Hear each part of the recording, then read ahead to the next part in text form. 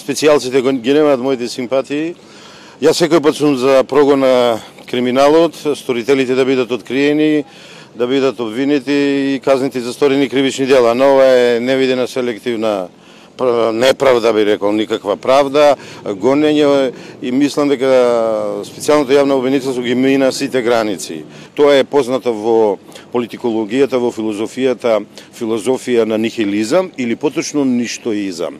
Сега што речам за конкретниот случај. Видите, прекршени се две основни работи: презумпција на невиност и однапред пресудување за доказите.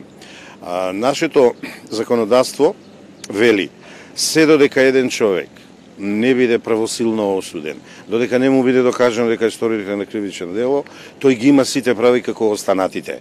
Сега, да го сместам тоа во конкретен контекст.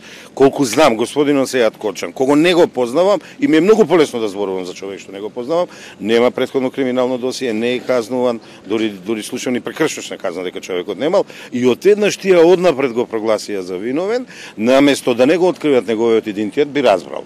Се сомневаат дека сторил кривично дело.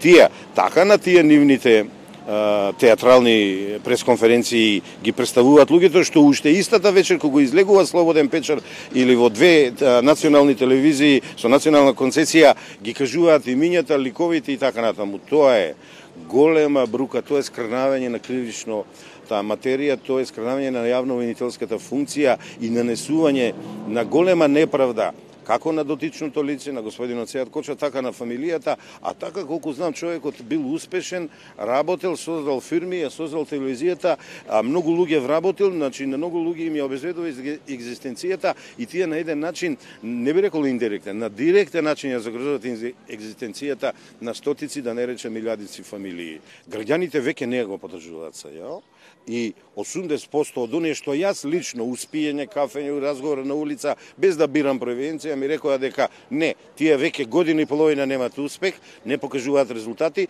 таков орган е скап, 4-5 милиона евра, не покажува резултати, му минува мандатот и очигледно симпатиите се многу драстично намалени.